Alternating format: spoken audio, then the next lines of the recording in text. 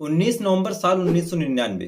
ये वो दिन था, ये वो तारीख थी जब एक आदमी पाकिस्तान के लाहौर के एक थाने में आके कहता है कि साहब मुझे गिरफ्तार कर लो। अब पुलिस वाले उसे देखते हैं, थोड़ा सा चौंकते हैं कि सुबह सुबह एक आदमी आके कह रहा है कि साहब मुझे गिरफ्तार कर लो। तो पुलिस वाला उससे पूछता है, पुलिस वाले अफसर उससे पूछते हैं कि बताओ भैया तुमने किया क्या है, तुम्हें क्यों गिरफ्तार कर लिया जाए। तो फिर वो आदमी बताता है कि साहब मैंने 100 बच्चों का कत्ल किया है, मैंने 100 बच्चों का खून किया है। अब पुलिस वाले जब ये शब्द सुनते हैं तो थोड़ा सा चौंकते हैं, उसके बाद फिर उन्हें ये लगता है कि अगर ये आदमी 100 बच्चों को मारा होगा तो इसकी रिपोर्ट या फिर कोई बच्चे की मिसिंग रिपोर्ट आज तक हमारे थाने में क्यों नहीं आई। इसका मतलब है कोई पागल है या फिर कोई सिरफिरा है जो मजाक कर रहा है। अब पुलिस वाले उसके ऊपर यकीन नहीं करते और उसे डांट के भगाने लगते हैं और कहते हैं कि अगर तुम ऐसे ही बेहुदा बातें करोगे तो मैं तुम्हें उठा के जेल में डाल दूंगा और बंद कर दूंगा। तब वो आदमी कहता है कि साहब मैं तो खुद यही चाह रहा हूँ कि आप मुझे उठा के जेल में बंद कर दो। अब पुलिस वालों को लगता है कि कोई आदमी है जो पागल है, दिमाग से इसका कुछ स्क्रू ढीला है और ये आके सुबह सुबह हम पुलिस वालों के साथ मजाक कर रहा है। अब इतना सुनने के बाद, इतना जानने के बाद पुलिस वाला जो अफसर होता है अपने दो सिपाहियों से कहता है कि इसे पकड़ के ले जाके जेल के बाहर छोड़ दो और प्रयास करना कि अंदर ना आए, इसे धक्के मार के बाहर निकाल दो। अब उस पुलिस वाले के जो सिपाही होते हैं उसकी बात मानते हैं, इस आदमी को पकड़ते हैं और धक्के मार के बाहर ले जाके छोड़ देते हैं। लेकिन इसी घटना के ठीक एक हफ्ते बाद कुछ ऐसी चीजें, कुछ ऐसा वाकया सामने आता है जिसे सुनने के बाद, जिसे जानने के बाद वही पुलिस जो इस आदमी को धक्के मार के निकाल दी होती है, वही पुलिस इसी आदमी को खोजने के लिए पूरे पाकिस्तान का, पूरे लाहौर का सबसे बड़ा सर्च ऑपरेशन चलाती है। ऐसा सर्च ऑपरेशन जिसमें पुलिस से लेकर मिलिट्री तक शामिल होती है। और जब इस घटना के बारे में मीडिया में कवरेज आती है, जब इस घटना के बारे में मीडिया में न्यूज चलनी शुरू होती है, चलनी चालू होती है, तो क्या लाहौर, क्या पाकिस्तान, पूरे देश विदेश की मीडिया, यहाँ तक कि बीबीसी ने भी इस पे एक बहुत बड़ा कवरेज किया था, पूरे देश विदेश की मीडिया इसमें शामिल हो जाती है और ये मामला पाकिस्तान से निकल के पूरे देश में एक चर्चा का विषय होता है। तो आदाब, नमस्कार, जय हिंद, वंदे मातरम। मैं आपका अपना ठाकुर प्रखर सिंह। आज मैं जिस कहानी के साथ हाजिर हुआ हूं, जिस सच्ची घटना के साथ हाजिर हुआ हूं, मेरे जानने में या फिर जहां तक मैंने क्राइम के बारे में सुना है, क्राइम के बारे में पढ़ा है, रोज कहानियां सर्च करता रहता हूँ, ऐसी किसी कहानी में ऐसा सीरियल किलर, ऐसा साइको सीरियल किलर और इतना ज्यादा कत्ल करने वाला सीरियल किलर आज तक मुझे सुना ही नहीं दिया। खासकर इसने जो बच्चों को मारा, जो बच्चों को मारने की वजह इसने बताई, ये भी अपने आप में बेहद अजीब, बेहद चौंकाने वाला था। अब चूंकि कल मैं भारत और पाकिस्तान का मैच भी देख रहा था तो मुझे लगा कि भारत की तो बहुत सारी कहानियां सुनाई, इधर उधर की भी कहानियां सुनाई, एक कहानी पाकिस्तान की भी हो जाए। अब चूंकि भारत पाकिस्तान से कल मैच हार भी गया तो ये भी अपने आप में थोड़ी सी अजीब, विचलित करने वाली बात थी। क्योंकि किसी और देश से हम हारते हैं तो हमें उतना बुरा नहीं लगता, लेकिन अगर पाकिस्तान से हम हार जाते हैं तो अपने आप में बेहद कचोटने वाली बात होती है। और मैच भी एकदम कांटे का था, एकदम लास्ट बॉल तक मैच गया। वैसे गलती किसकी थी ये भी कहना मुश्किल था, लेकिन आपकी समझ से अगर किसी की गलती रही हो तो प्लीज कमेंट करके बताइएगा मुझे। तो अब सीधा चलते हैं आज की इस कहानी के ऊपर। तो 29 नवंबर 1999, जैसा मैंने बताया, वो आदमी आता है जेल में, अपना इकबाल जुर्म करता है, उसे पुलिस वाले वहां से भगा देते हैं। इसी घटना के ठीक एक हफ्ते बाद पाकिस्तान के लाहौर का एक बहुत तेज तर्रार मीडिया, जैसे अपने यहाँ के कई मीडिया बहुत नामी गिनामी है, वैसे वहां का एक उर्दू अखबार का बहुत तेज तर्रार मीडिया जिसका नाम है जंग। जंग एक न्यूज़पेपर, वहां के जो संपादक, उन्हें एक गुमनाम लेटर मिलता है। आदमी आता है, लेटर दे के जाता है नीचे वॉचमैन को, कहता है कि अपने ऊपर जो संपादक जी है उनको ये लेटर दे देना, बहुत जरूरी, बहुत कीमती लेटर है। तो नीचे वाला आदमी ऊपर आता है, अपने संपादक को देता है, तब तक ये आदमी जा चुका था। अब संपादक अपना थोड़ा सा काम निपटा के फिर वो जब लेटर खोलते हैं और लेटर पढ़ना चालू करते हैं तो उन संपादक महोदय के पैरों तले जमीन खिसक जाती है। उन्हें लगता है कि ये कैसा लेटर, ये क्या आ गया है। जब संपादक महोदय उस लेटर को पढ़ते हैं तो उसमें लिखा था कि सर, मैंने 100 से ज्यादा लोगों का कत्ल किया है, 100 से ज्यादा बच्चों का कत्ल किया है, और इसकी घटना के बारे में मैं एक बार पुलिस में सरेंडर भी करने गया, लेकिन पुलिस वालों ने मेरे ऊपर यकीन नहीं किया। मैं पुलिस वालों से कहता रह गया, कहता थक गया कि एक बार मेरे साथ चलो, मैं आपको लाशें दिखा देता हूँ, सारे सबूत दिखा देता हूँ, लेकिन किसी पुलिस वाले ने मेरी कोई बात नहीं मानी, मुझे धक्के मार के निकाल दिया। इसीलिए मैं अपना जो इकबाल जुर्म है वो आपके इस मीडिया, आपके इस चैनल के माध्यम से कर रहा हूँ। प्लीज, मैंने जो नीचे पता लिखा हूँ, पते में उसने 7 बाग लिखा था, उसने लिखा था 7 बाग में एक घर है मेरा, वहां जाके आप चेक कीजिए, वहां पे आपको सारे सबूत, सारे गवाह मिल जाएंगे। अब संपादक महोदय इतना पढ़ते हैं, इतनी बड़ी खबर की 100 बच्चों के कत्ल का मामला था, संपादक महोदय पैरों तले जमीन खिसक जाती है, हाथ पांव कांपने लगते हैं। वो तुरंत ही उस लेटर को बहुत सीरियस लेते हैं। और ऐसा एक लेटर उस आदमी ने, जो लाहौर की पुलिस है, उस थाने में भी भेजा था, लेकिन थाने वाले उसे आई गए समझ के ऐसे छोड़ देते। लेकिन ये संपादक जो था जंग का, उसने इस लेटर को बहुत ज़्यादा सीरियस लिया और अपने एक जो क्राइम रिपोर्टर था उसको उस लोकेशन पे, सातबाग के उस घर पे भेजा और बोला जाके पता करके आओ कि जो इस लेटर में लिखा है इस बात में कितनी सच्चाई है। क्योंकि संपादक को लगा कि अगर इस बात में सच्चाई है तो एक बहुत बड़ी न्यूज़ हमारे चैनल के माध्यम से बाहर जाएगी, हमारी टीआरपी बढ़ेगी। तो क्राइम रिपोर्टर बताए गए जो सातबाग का एड्रेस था वहां पे जाता है। तो वहां जाने के बाद देखता है कि वहां पे कोई घर नहीं है, सिर्फ और सिर्फ एक घर, आसपास कोई घर नहीं, आसपास एकदम सुनसान, और उस घर में भी ताला बंद था। अब संपादक का आदेश था कि पूरा जांच करना है, पूरी पड़ताल करनी है। तो एक क्राइम रिपोर्टर ताले को कैसे कैसे तोड़ के अंदर जाता है। आसपास कोई घर भी नहीं, तो किसी से कोई सामान भी, कोई चाबी या फिर कुछ मिल भी नहीं सकता था। तो जब वो आदमी, जो क्राइम रिपोर्टर कैसे कैसे करके अंदर जाता है, तो अंदर का जो नज़ारा था उसे देखने के बाद, उसे आंखों से जब उसने उस मंजर को देखा, उस क्राइम रिपोर्टर की चीखें निकल गई। आमतौर पे वो क्राइम रिपोर्टर ऐसे कई लाशें, कई ऐसी चीजें वो देख चुका था पहले भी, लेकिन अंदर का जो नजारा था उसे देखने के बाद उस क्राइम रिपोर्टर की चीख निकल गई और सीधा उसने अपने संपादक और थाने में फोन किया और कहा कि उस लेटर में जितनी भी बातें लिखी हैं, यहाँ का नजारा उससे भी ज्यादा खौफनाक है। अब पुलिस भी आती है दौड़ती दौड़ती और इधर संपादक भी आ जाता है, कितनी बड़ी न्यूज मिली है, क्या है। जब पुलिस और संपादक आते हैं तो वो देखते हैं कि अंदर चारों तरफ दीवालों पे खून के दाग, खून के धब्बे लगे हुए हैं। कहीं पे किसी बच्चे का जूता पड़ा है, कहीं किसी बच्चे का कपड़ा पड़ा हुआ है, और चारों तरफ मांस के टुकड़े, चारों तरफ मांस के सड़ने की बदबू। और थोड़ी दूर आने के बाद वो देखते हैं कि अंदर 2 ड्रम रखे हुए हैं जिसमें तेजाब भरा हुआ है। अब वो जल्दी से क्यूरियोसिटी में भाग के उस ड्रम के अंदर झांकते हैं तो देखते हैं उसमें कई सारे नरकंकाल, कई सारे छोटे छोटे बच्चों के नरकंकाल, किसी की खोपड़ी, किसी का हाथ उसमें रखा हुआ था जो पूरी तरह से गल रहे थे उस तेजाब में। और चारों तरफ कहीं बच्चों के बाल बिखरे पड़े थे, कहीं कुछ बिखरा पड़ा था, कहीं कुछ बिखरा पड़ा था। तभी उस जो क्राइम रिपोर्टर था और संपादक था, उनकी नजर दीवार पे एक नोट, एक येलो कलर की, पीले कलर की एक नोट जो दीवार पे चिपकाई हुई थी, उस पे पड़ती है। अब जब वो न्यूज चैनल के दोनों आदमी उस नोट पैड के पास जाते हैं तो उस पर लिखा हुआ था कि ये तो मैंने इसलिए छोड़ा है ताकि आपको यकीन हो जाए कि मैंने मर्डर किया है, और जब तक आप मुझे खोजोगे तब तक मैं रावी नदी में कूद के अपनी जान दे चुका हूँगा, और इसलिए मुझे खोजने का बहुत प्रयास मत कीजिएगा। बाकी मैंने किसको मारा है, कैसे मारा है, ये मैंने एक 32 पेज की डायरी है जो मेरे कमरे के ड्राइंग टेबल पे रखी हुई है, उसमें आपको सारी डिटेलें मिल जाएंगी। लगभग 80 से 90 लाश मैंने ठिकाने लगा दी है, और ये तो आप लोगों के लिए एक सबूत के तौर पे मैंने छोड़ा था कि आप लोग देखें कि हाँ ये सबूत है, मैंने मर्डर किया है। क्योंकि अगर सारी लाशें मैं ठिकाने लगा देता तो आप लोग को यकीन नहीं होता मेरी बात, इसलिए जो लाशें हैं ये मैं सबूत के तौर पे यहाँ पे छोड़ के गया हूँ। और मैं अब जा रहा हूँ रावी नदी में कूद के सुसाइड यानी कि आत्महत्या कर लूंगा। अब पुलिस भागते हुए उस कमरे में जाती है, उस डायरी को निकालती है, तो वास्तव में वहां पे एक 32 पेज की एक डायरी रखी होती है। पुलिस जब उसे पलटती है तो उसमें एक एक बच्चे का नाम, कैसे मारा, क्या पहना था, कैसे क्या था, सारी डिटेल उस डायरी में लिखी हुई थी। और उस डायरी में 100 बच्चों के नाम रजिस्टर्ड थे, 100 बच्चों के नाम दर्ज थे। अब पुलिस वाले उन बच्चों के नाम और एड्रेस के आधार पे सभी सभी के घरों पे जाते हैं, वो वेरीफाई करते हैं कि क्या सच में ऐसे लोग मारे गए, ऐसे बच्चे गायब हुए हैं। तो 100 के 100 घरों से ये जवाब मिलता है कि हाँ हमारे घर के बच्चे गायब हुए हैं। मारे गए ये तो नहीं पता, लेकिन गायब हुए। हमने पुलिस में कई बार कंप्लेन भी की लेकिन कोई आगे कार्रवाई नहीं हो पाई। अब पुलिस के लिए और न्यूज के लिए कितना बड़ा मामला था कि एक आदमी खुद इकबाल जुर्म किया है, एक लेटर भेजा है, और एक बार तो पुलिस थाने आया भी था खुद को आत्मसमर्पण करने, लेकिन पुलिस वालों ने उसकी बात को सीरियस नहीं लिया।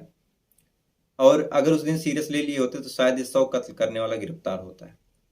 अब चूंकि उस नोट पैड में उस आदमी ने लिखा था कि मैं जा रहा हूँ रावी नदी में कूद के सुसाइड करने, तो अब पुलिस के पास यही था कि चलो ये आदमी जिंदा ना सही, इसकी लाश भी मिल जाए तो शायद हमारी नौकरी बच जाए, नहीं तो पुलिस महकमे की कितनी बदनामी, कितनी थू थू होगी।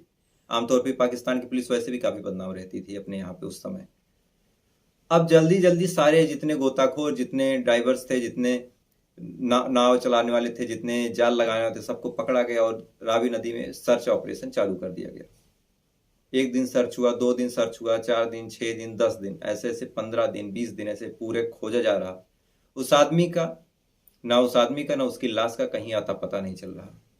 अब इधर पुलिस को भी लगता है कि शायद इस आदमी ने हमें बहकाने के लिए, हमें गुमराह करने के लिए सुसाइड का नाटक किया और इसने सुसाइड नहीं किया हो। अब पुलिस अपने अपने तरीके से पूछताछ इधर उधर कर रही है, खोज रही है, इस आदमी को कुछ पता नहीं चल रहा।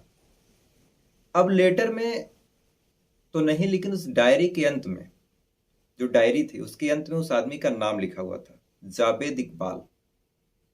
तो इस जावेद इकबाल के बारे में पता किया जाता है कि कौन है। तो पता चलता है कि ये बहुत ही रईस घराने का एक लड़का है, बेहद रईस घराने का। इसके पिता एक बिजनेसमैन है, ये खुद भी एक बिजनेसमैन, और लाहौर के एक बहुत पॉश इलाके में इसका खुद का एक विला है। पाकिस्तान पे आमतौर पे घर भी नसीब नहीं होता था उस समय, इसका खुद का विला था। तो घर वाले को पास पुलिस पहुंचती है, घर वालों से पूछताछ करती है। घर में इसके पिता रहते हैं, माँ की डेथ हो चुकी थी, देहांत हो चुका था। तो पिता से पूछते हैं तो पिता कहता है कि मुझे इस आदमी से कोई मतलब नहीं, पहले घर छोड़ चुका है। तो इसके दोस्तों के पास जाते हैं, जो 4 लोगों के साथ ये रहता है। तो जब उन 4 लोगों के पास जाता है तो 4 लोग जब पुलिस के सामने पड़ते हैं तो बेहद घबरा जाते हैं। पुलिस को लगता है कि शायद ये 4 लोग कुछ जानते हैं। तो पुलिस अपने तरीके से, अपनी सख्ती से उन 4 लोगों से पूछताछ करती है, इसके जो 4 दोस्त थे। तो 4 दोस्त बताते हैं कि हाँ, जो जावेद इकबाल है वो ऐसे ही बच्चों को मारता था। क्यों मारता था, कैसे मारता था, ये नहीं पता, लेकिन हमें पता है कि ये बच्चों को मारता था।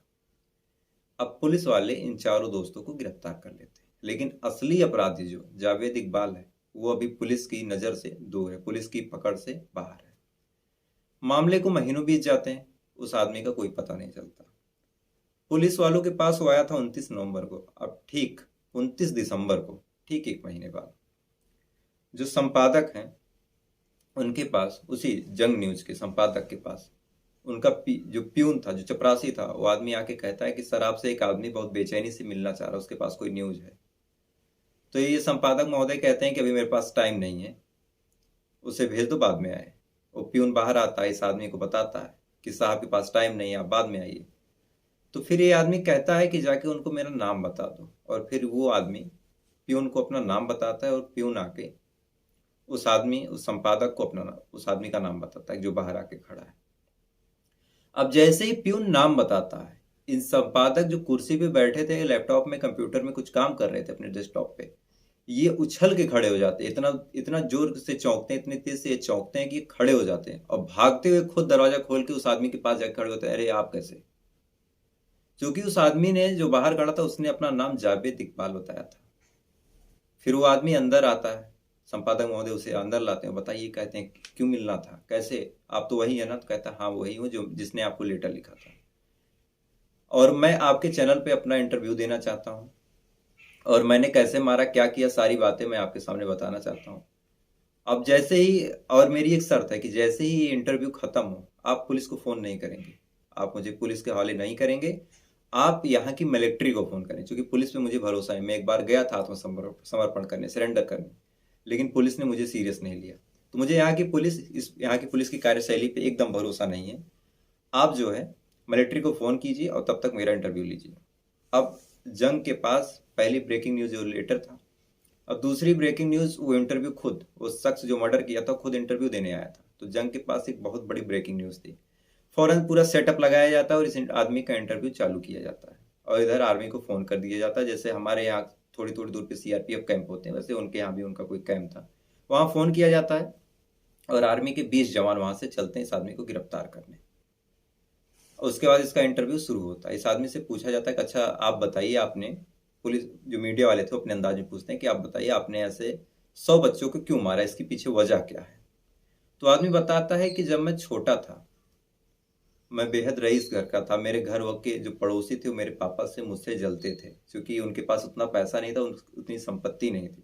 हमारे पास बहुत पैसा था, तो हमारे जो पड़ोसी थे वो हमसे जलते थे। तो ऐसे ही जब मैं छोटा था, 18-19 साल का, तो एक बच्चे के साथ मैं खेल रहा था, और जब मैं खेल रहा था तो एक मेरे पड़ोसी ने उस बच्चे की माँ से बताया कि मैं उस बच्चे के साथ कुछ गलत काम कर रहा हूँ। अब उसकी माँ फौरन भाग के पुलिस स्टेशन जाती है और मेरे खिलाफ एफआईआर कर देती है। अब एफआईआर होने के बाद पुलिस आती है, पुलिस मुझे गिरफ्तार करती है। मैं पुलिस के सामने चीखता रहता हूँ, सारे लोग के साथ, अपने पूरी सोसाइटी, अपने पूरे मोहल्ले के सामने चीखता रहता हूँ। बच्चे से भी कहता हूँ कि आप इससे पूछ लीजिए कि मैंने कोई गलत काम नहीं किया, लेकिन मेरी एक सुनवाई नहीं होती। मुझे गिरफ्तार कर लिया जाता है और मुझे कोर्ट से भी सजा मिलती है, मुझे जेल भेज दिया जाता है। अब उस जेल में मेरी जो माँ है, मैं उनका इकलौता बेटा था, वो मुझसे मिलने आती थी और मुझे देख के खूब रोती थी।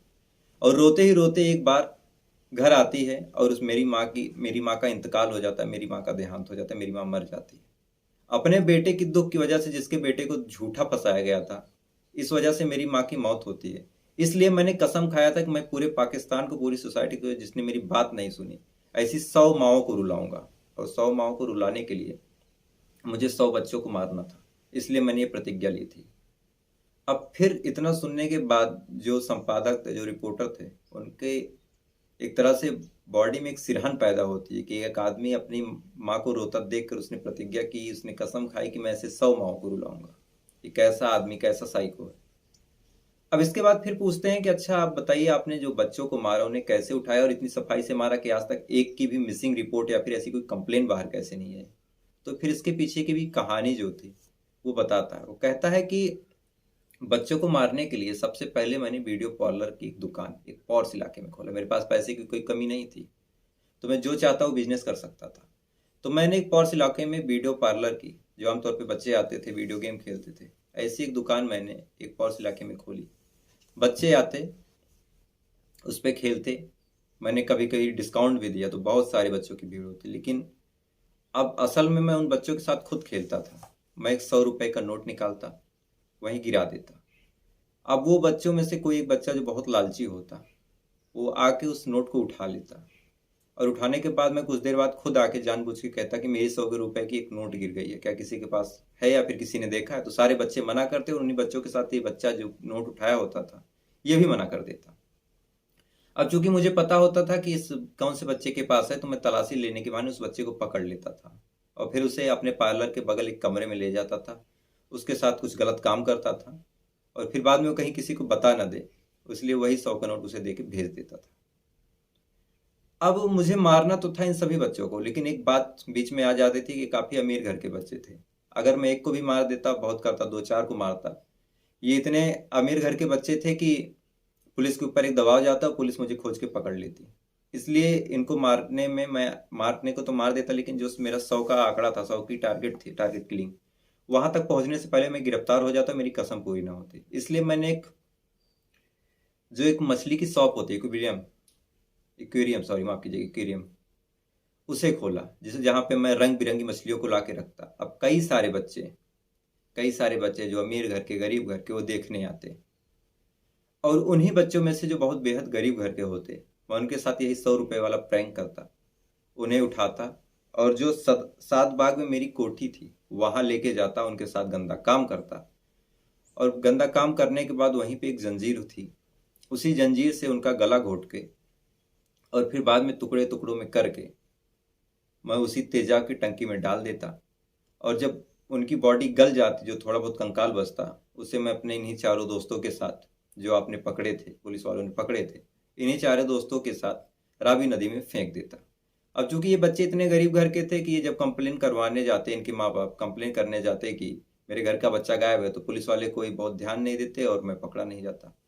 और ऐसे ऐसे करके मैंने फुटपाथ पर रहने वाले, भीख मांगने वाले, या फिर ऐसे बच्चे जो दूसरे शहर से भाग के आते हैं किसी काम धंधे की तलाश में, ऐसे ऐसे 100 बच्चों को मैंने टारगेट किया और इन बच्चों को ऐसे ही बहला फुसला के ले गया, इनके साथ गंदा काम किया और बाद में इन्हें ऐसे ही उसी जंजीर से गला घोट के उसी तेजाब में डुबो के मार दिया। और बाकी जो आप मेरे घर पे गए थे, जो आपको सबूत मिला था, वो सबूत मैंने जानबूझ के लास्ट के कुछ कत्लों के छोड़ दिए थे। मैं चाहता तो 500 और 1000 मार देता। मुझे पुलिस या अदालत या कोर्ट किसी चीज का डर नहीं था, क्योंकि मुझे पता था कि मुझे कोई पकड़ नहीं पाएगा। और 100 मर्डर के बाद भी अगर मैं अपना एक बाले जुर्म नहीं करता तो आप लोग को भनक न लगती। लेकिन मुझे लगा कि अब मेरी प्रतिज्ञा पूरी हो गई, तो मुझे खुद को पुलिस के हवाले कर देना चाहिए। अब फिर पुलिस वाले, माफ कीजिएगा, फिर वो जो संपादक, जो न्यूज रिपोर्टर था, तो फिर पूछता है कि अच्छा आपने 100 का ही टारगेट क्यों चुना, आप चाहते तो 50 का कर सकते थे या 200 का कर सकते। तो फिर उसने कहा कि मुझे याद है कि मेरी माँ लगभग 100 बार मुझसे मिलने आई थी, कई महीनों में, हर हफ्ते आती थी। मैं कई साल तक जेल में बंद था, हफ्ते में एक दो बार आती थी। तो ऐसे ऐसे 100 बार वो आई और 100 बार मुझे देख कर रोई। इसलिए मैंने 100 का आंकड़ा चुना।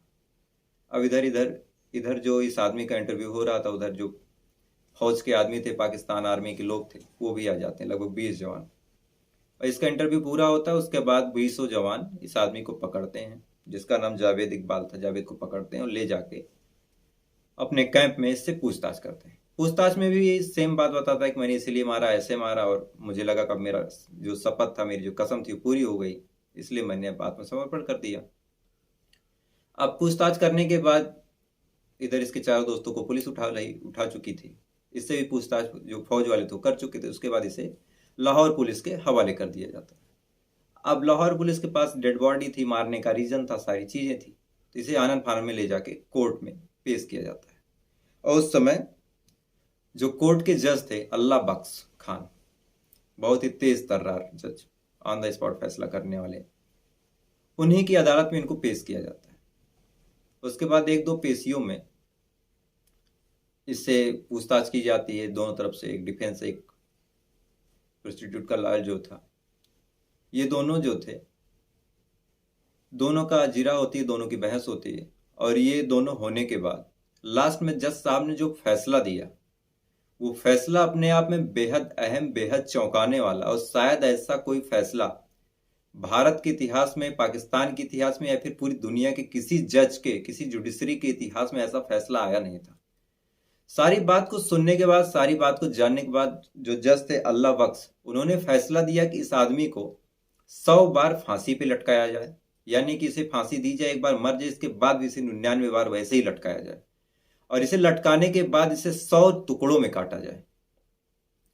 ये खबर जब उस कोर्ट से, उस कोर्ट रूम से बाहर आती है, जब ऑर्डर बाहर आता है, तो क्या लाहौर का मीडिया, क्या पाकिस्तान का मीडिया, पूरी देश की मीडिया में, पूरे विश्व की मीडिया में एक तरह से एक सिरहन पैदा हो जाती है कि किसी लोकतंत्र में, किसी लोक राज्य में ऐसा फैसला, एक आदमी को मारा गया और मारा जाए, 100 बार फांसी दी जाए, और फांसी देने के बाद उसे 100 टुकड़ों में काटा जाए। तो जो ह्यूमन राइट वाले थे, जो ऐसे मीडिया वाले थे, जो और भी ऐसे संस्था काम करती हैं देशों विदेशों में, सारे लोग पाकिस्तान के ऊपर घिराव कर देते हैं कि एक किस तरह का बहसीपना, किसी लोकतंत्र में ऐसे बहसीपने की सजा का कोई स्थान नहीं होना चाहिए। अब ये जो दबाव था पाकिस्तान की गवर्नमेंट पे आता है, पाकिस्तान की गवर्नमेंट का अब इस पे कोई कंट्रोल नहीं रहता, और दबाव में आने के बाद उस जज के फैसले को पाकिस्तान की जो गवर्नमेंट है वो चेंज करती है, और इस आदमी को फांसी की सजा दे दी जाती है कि एक बार इसको फांसी होगी, हैंग टिल डेथ। और इसे कायदे से 10 अक्टूबर 2001 को फांसी होनी थी, इसे और इसके चारों दोस्तों को।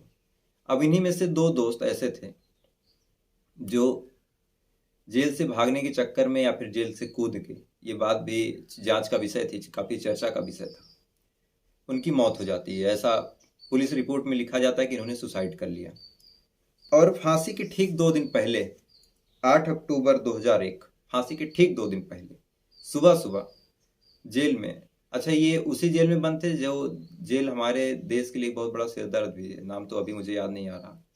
उस जेल में जो हमारे देश के कुछ जासूस वहां पे पकड़े जाते हैं, कुछ फौजी पकड़े जाते हैं, जहाँ पे ऐसा कहा जाता है कि काफी टॉर्चर होता है, काफी मारपीट की जाती है, बहुत बर्बरता दिखाई जाती है। उसी जेल में इन दोनों की सुबह सुबह फंदे में लटकी हुई इसके 2 साथी और इसकी जावेद इकबाल की लाश मिलती है।